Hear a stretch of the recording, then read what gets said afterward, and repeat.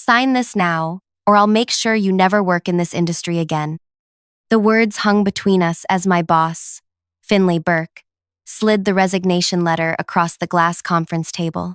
His knuckles whitened against the document's edge, fingers spreading like pale spiders. The conference room felt impossibly small, the walls drawing inward with each shallow breath I took. I need this today, Sarah. His voice dropped to a whisper so the employees passing by couldn't hear. Your performance hasn't met expectations. We both know this is for the best. 3 years of doubling department metrics flashed through my mind. The late nights, the canceled weekends, the ideas he'd claimed as his own in executive meetings. And now, after I'd questioned those unusual transactions in last quarter's reports, this ambush. I lifted the pen, my vision tunneling to a pinpoint. The resignation letter blurred before me, but one phrase remained crystal clear: voluntary resignation. I glanced up at Finley's triumphant expression, at the security guard lingering just outside the door, and made my decision. What he didn't know was that I'd been preparing for this moment. For weeks, I documented every irregular request, every questionable directive, every veiled threat. I'd studied employment law until dawn broke through my apartment blinds. I signed without protest, but when Finley stepped away to answer a call, I made one subtle alteration to the standard text. His mistake? Underestimating the power of a single word. Before I continue this story, I need you to understand something important. Knowledge is the weapon that never jams. If you've ever felt powerless against someone who seemed untouchable, stay with me. Because what I'm about to share isn't just about revenge. It's about reclaiming your power in a world designed to make you surrender it. My name is Syra Menon, and until 3 months ago, I was the lead financial analyst at Beckworth Industries. I'm 34, unmarried, with a master's degree in business analytics and a certification in forensic accounting that I'd earned through night classes. Most people describe me as meticulous, some say obsessive, about details.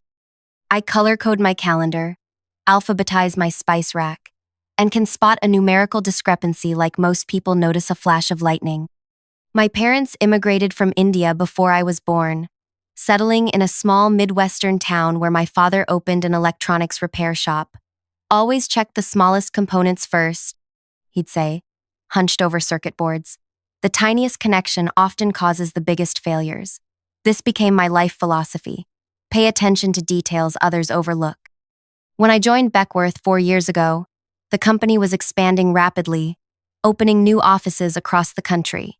The CEO, Aubrey Beckworth, had a reputation for innovation and inclusivity. The company's slogan, "Building Better Futures Together," adorned every wall, email signature, and coffee mug. I believed in it, perhaps naively. Finley Burke became my direct supervisor 2 years into my tenure. He'd transferred from the West Coast office with glowing recommendations and an impressive resume. Tall, with prematurely silver hair and a voice that commanded attention, Finley moved through the office like he owned it. The executive team adored him. The board praised his fresh perspectives. The problems began subtly. First, my name disappeared from project proposal credits. Then came the exclusion from meetings I'd previously attended. My reports required multiple revisions for clarity, while male colleagues with similar findings received immediate approval. "You're being paranoid," my colleague Theo whispered when I mentioned the pattern. "Finlay's just demanding. He's like that with everyone." But he wasn't. I started keeping notes, dates, times, witnesses, exact phrases. When Finley praised Vincent for the quarterly projection model I'd created, when he interrupted my presentations but gave others unbroken attention, when he scheduled team lunches during my standing therapy appointment, despite my calendar clearly showing the conflict. Still, I excelled. Our department's efficiency increased by 22% under my systematic approach to workflow management. I created a predictive analysis tool that saved the company millions in procurement costs. I stayed visible, valuable, and vigilant. Then came the financial discrepancies. It started with an anomaly in the third quarter reports, transfers between departmental budgets that lacked proper authorization codes, small amounts, easily overlooked, but following a pattern. I cross-referenced past quarters and found similar irregularities dating back to Finlay's arrival. These transactions need explanation, I said during our one-on-one meeting, sliding the highlighted printouts across his desk. The authorization chain is incomplete. Finlay barely glanced at the papers. Accounting approved these. You're overstepping, Syra. But accounting requires director-level signatures for interdepartmental transfers. These don't have them. His expression shifted then, something cold replacing his usual dismissive smile. Drop it. This isn't your concern. I didn't drop it. Instead, I created a secure folder on my personal drive and continued gathering evidence. The pattern expanded. Budget reallocations coinciding with performance bonuses, vendor contracts with inflated pricing to subsidiaries with obscured ownership structures, expense reports with consistent anomalies. The hostility escalated in precise increments.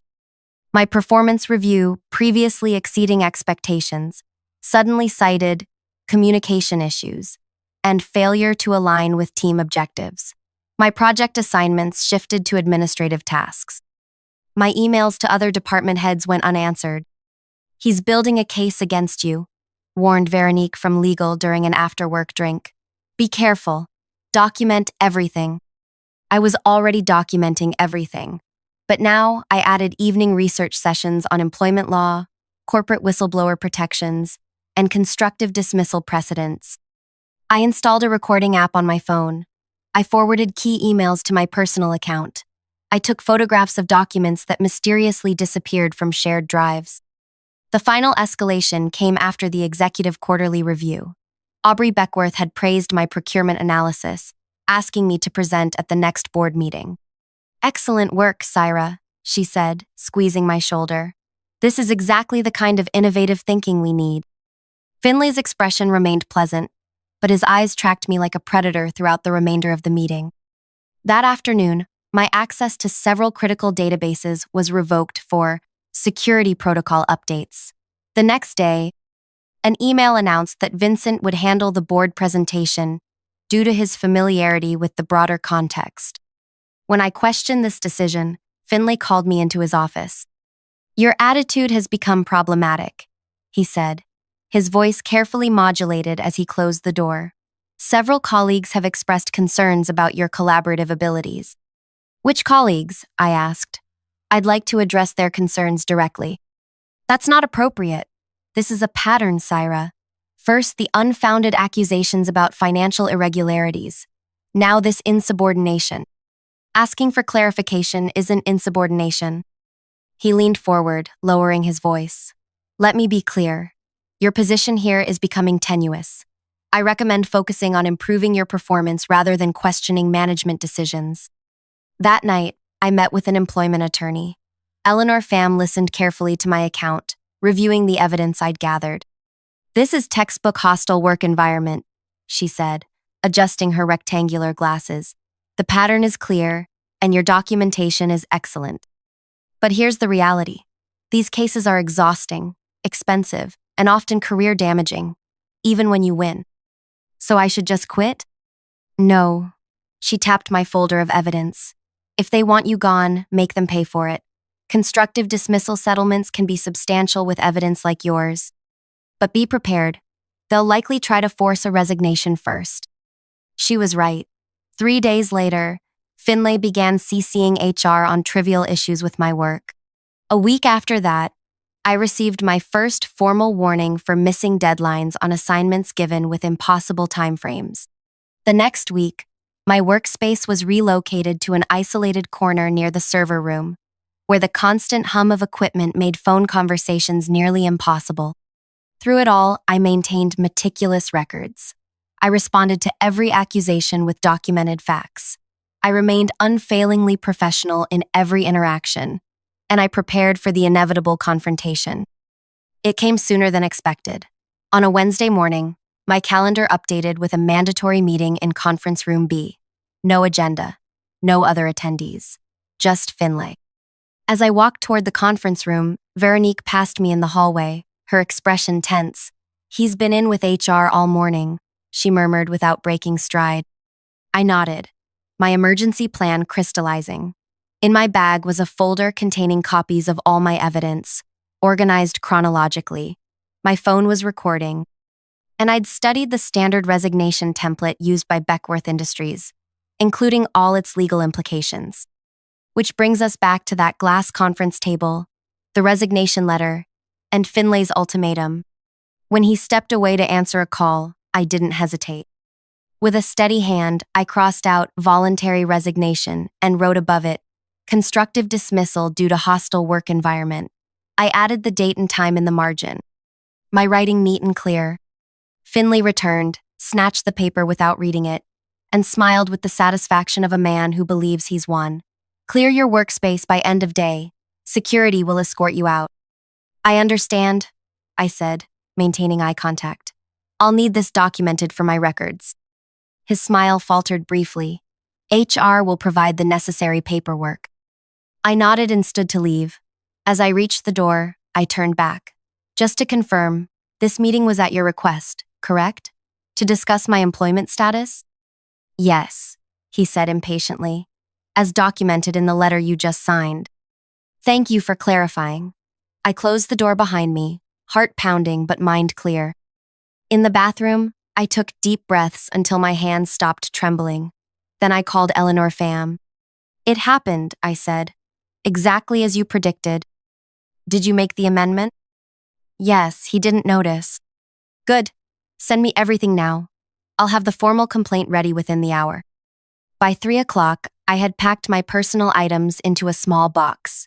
As promised, a security guard named Luis waited nearby, looking uncomfortable with his assignment. I'm sorry about this, Ms. Menon, he said quietly. Never made sense to me why they'd let go of someone like you. Thank you, Luis. I appreciate that. Before leaving, I made 2 final stops. First, to the Human Resources Department, where I handed Director Imani Wilson a sealed envelope. This is a formal complaint of constructive dismissal and hostile work environment, I said, my voice steady. It includes the altered resignation letter that Mr. Burke provided today, which I amended before signing to accurately reflect the situation. I've also included documentation of the ongoing issues that led to this point. Imani's expression remained neutral, but her eyes widened slightly. I'll review this immediately. My attorney will be in contact tomorrow morning. She has copies of everything in that envelope. My second stop was to Theo's desk. He looked up, startled by my approach with the security guard waiting several feet away. You're leaving? He asked, rising halfway from his chair. Not by choice, I replied. But before I go, check the shared drive. Q, finance, quarterly, historical. Focus on the transfer patterns in folders marked with Finlay's initials. Compare them with the executive bonus schedule. His brow furrowed. Sarah, what are you saying? Just look, and be careful who you discuss it with. I squeezed his shoulder and walked away. Luis escorted me to the lobby, carrying my box despite my protests. At the main entrance, he paused. You know, Ms. Menon, I've worked security here for 12 years. Seen a lot of people come and go. The ones who leave quietly when they've done nothing wrong, they never come back. But the ones who stand their ground, he smiled slightly, they often do. If you've ever faced injustice that seemed too powerful to fight, if you've ever swallowed your words because speaking up felt too dangerous, stay with me. Because what happened next changed not just my career, but my understanding of power itself. Before I continue, take a moment to like this video and subscribe to the channel if you believe in standing up for what's right, even when it's terrifying. Hit that notification bell because the conclusion to this story reveals exactly how knowledge, preparation, and courage can transform a moment of powerlessness into justice that ripples beyond anything you could imagine. That night, I didn't sleep. Instead, I sat on my apartment balcony, watching the city lights while replaying the day's events. The air felt different somehow, lighter, despite the uncertainty ahead. For the first time in months, I breathed fully, without the tightness in my chest that had become so familiar I'd stopped noticing it. My phone buzzed at 7:13 the next morning. Unknown number. Syra Menon speaking. Ms. Menon, this is Imani Wilson from Human Resources. Her voice sounded strained. We've reviewed your documentation and need you to come in this morning for a meeting with senior leadership. Am I to understand I'm still employed at Beckworth then? A pause. Your employment status is complicated at present. The document you submitted creates a legal situation we need to address immediately. I'll be there at 9 with my attorney. That won't be. I'll be there at 9 with my attorney, I repeated, my voice quiet but firm. Or we can proceed directly to formal litigation. Another pause. 9 o'clock. 14th floor conference room. I texted Eleanor immediately, and she agreed to meet me at a coffee shop near the office at 8:30. When I arrived, she was already there, immaculate in a charcoal suit, spreading documents across a corner table. They're panicking, she said without preamble. I received 3 calls from their legal department last night, each more conciliatory than the last. Your documentation is exceptional. What should I expect? They'll try to minimize the situation. They'll offer settlements with confidentiality clauses. They'll attempt to isolate Finlay's behavior from company liability. She shuffled the papers into a precise stack. Our position is simple. The company enabled a hostile work environment through negligent oversight. We have evidence of both the hostility and the financial improprieties you identified. And if they refuse to acknowledge it? Eleanor's smile was thin and precise. Then we proceed with formal charges that will trigger external audits and public disclosure requirements. Their choice. At 8:57, we walked through Beckworth's main entrance. Luis was at the security desk, his eyebrows rising in surprise as I approached. Ms. Menon, he smiled slightly. Didn't expect to see you back so soon. Circumstances change, I replied, signing the visitor log. That they do. He handed me a temporary badge. 14th floor is pretty busy this morning. Lots of unexpected meetings. In the elevator, Eleanor reviewed our strategy one final time. Let them speak first. We need to understand their position before showing our full hand. The 14th floor reception area hummed with unusual activity. Assistants rushed between offices, arms full of files. Through glass walls, I glimpsed executives in intense discussions. Near the main conference room, Theo stood talking with Veronique, both looking pale and serious. When Theo spotted me, his eyes widened, and he gave an almost imperceptible nod. Imani Wilson emerged from the conference room, her usual composure slightly fractured. Ms. Manon, thank you for coming. And you must be. Eleanor Pham, legal counsel for Ms. Menon.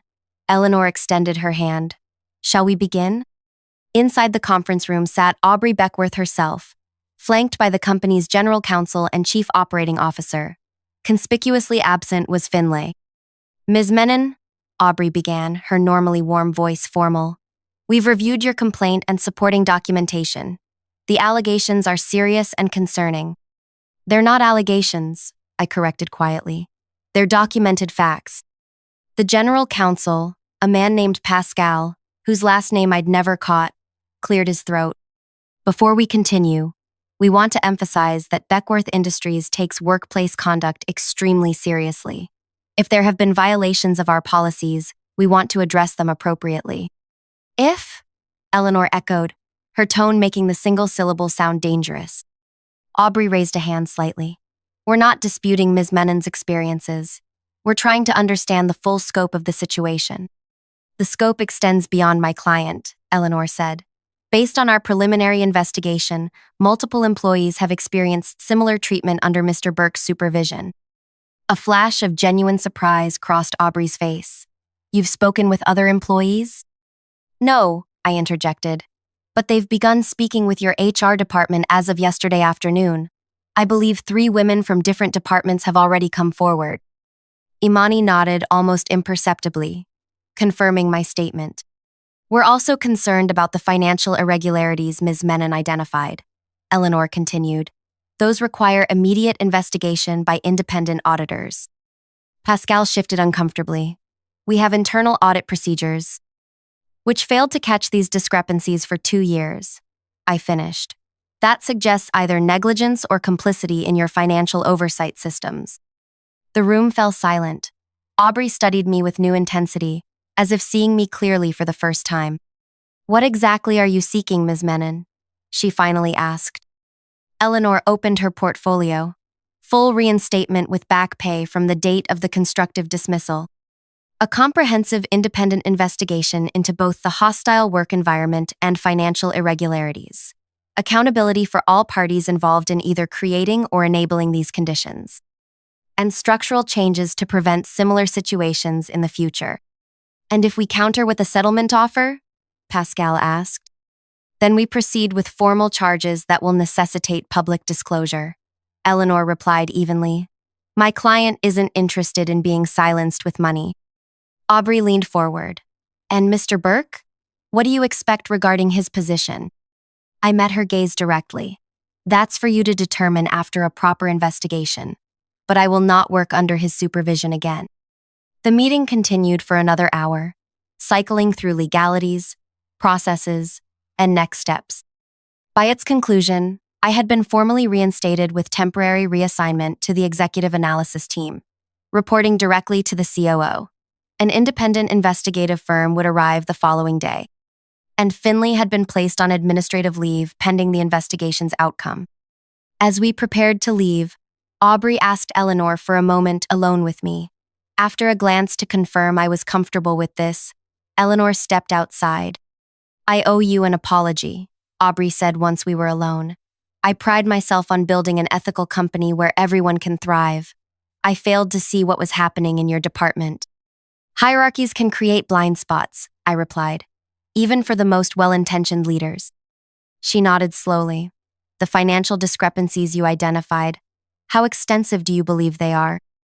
Significant enough to affect quarterly reports, systematic enough to suggest intentional manipulation, and patterned in ways that correlate with executive bonus structures.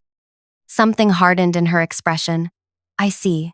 That changes the nature of this situation considerably.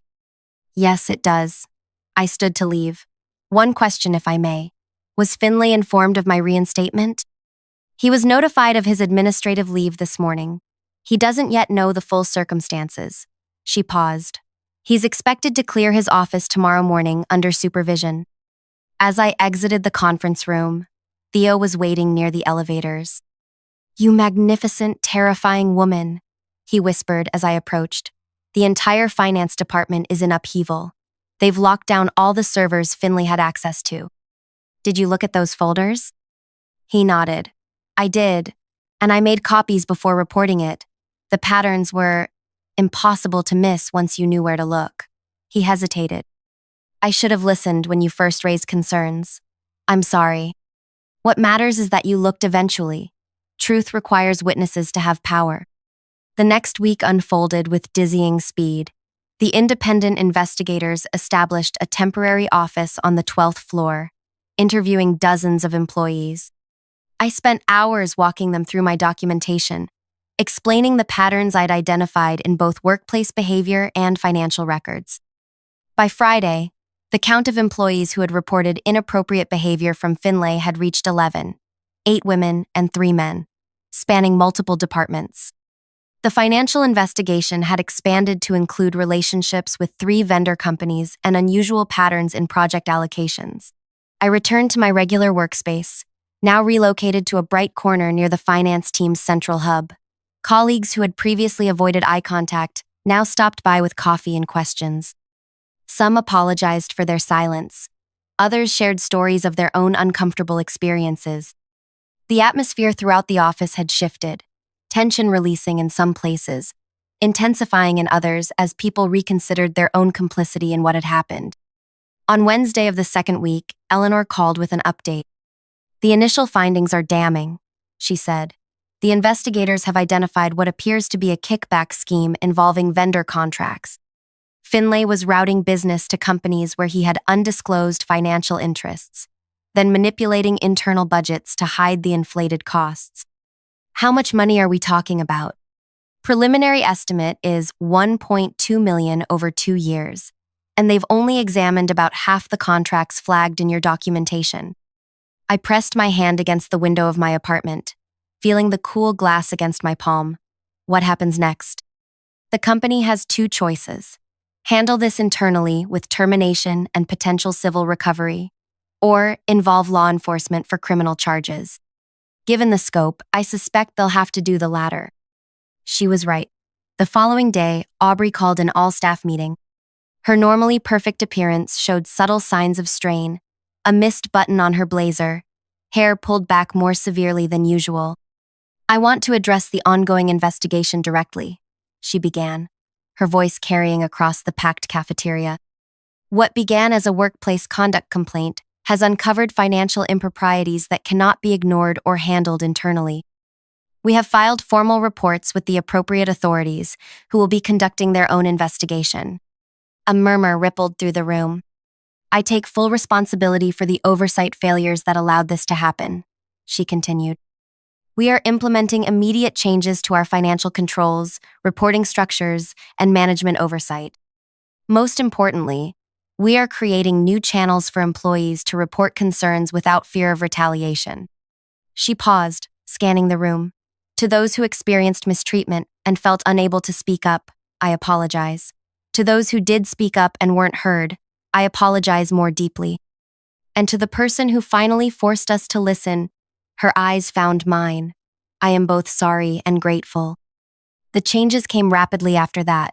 New financial oversight protocols, restructured reporting relationships, mandatory training on workplace conduct and whistleblower protections.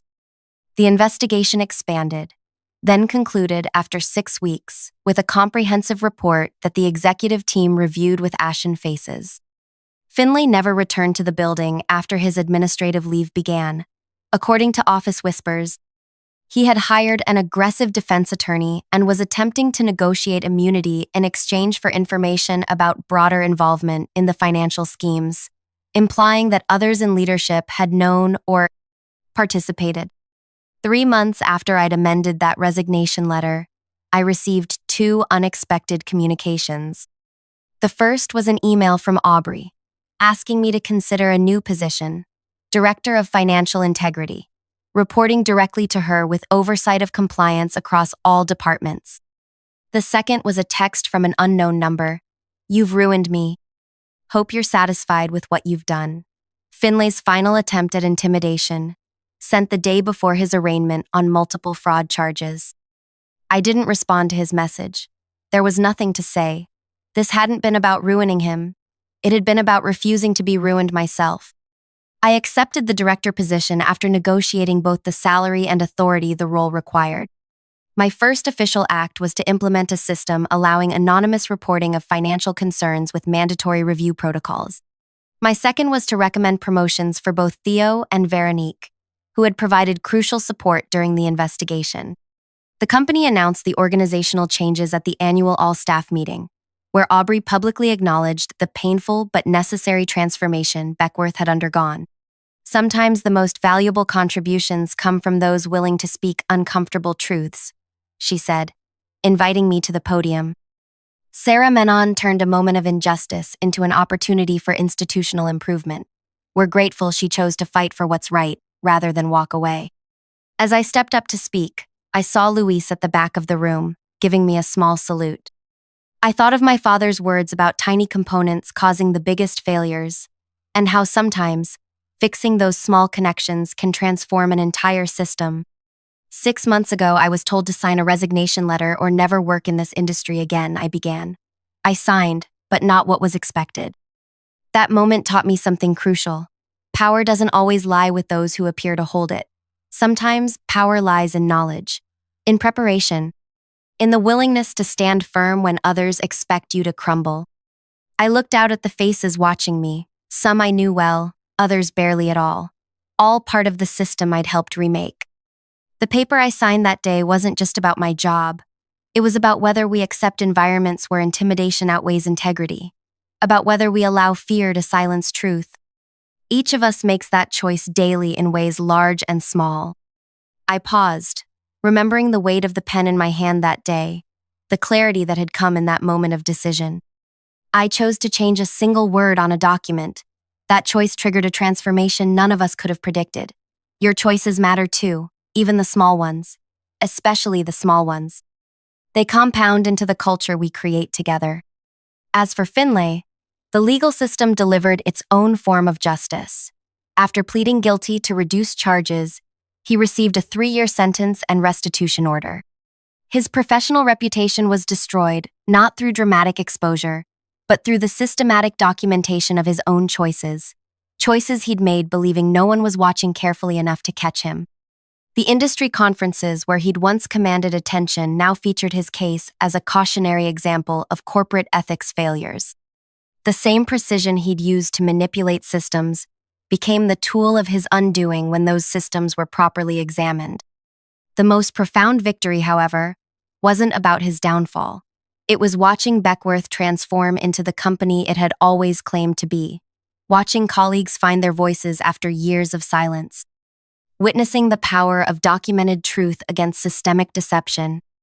1 year after amending that resignation letter, I received an industry leadership award for the compliance framework I'd developed. As I accepted it, I spotted a familiar face in the audience, Eleanor Pham, now heading a specialized practice focusing on workplace justice cases. "You didn't just win a case," she told me at the reception afterward. "You changed how an entire company understands accountability. That's remarkably rare." "It wasn't just me," I replied. "It was everyone who spoke up afterward, everyone who had been waiting for permission to tell the truth." She smiled, but someone had to go first. Someone had to show it was possible. That night, I called my father to tell him about the award. "You were right, Dad," I said. "The smallest components really do determine whether the whole system works or fails." "And the smallest changes," he replied, pride warming his voice, "can sometimes reset everything." If this story resonated with you, I hope you'll share your own experience in the comments below. Have you ever faced a moment where changing one small thing, one word, one decision, one action transformed your situation? Or perhaps you're facing such a moment now and gathering the courage to act. Remember, power often lies not with those who intimidate, but with those who refuse to be intimidated. Like this video if you believe in standing up for what's right, and subscribe to hear more stories of ordinary courage that leads to extraordinary change. Because sometimes, the most important signature isn't on a resignation letter, it's on the decision to trust your own worth enough to defend it.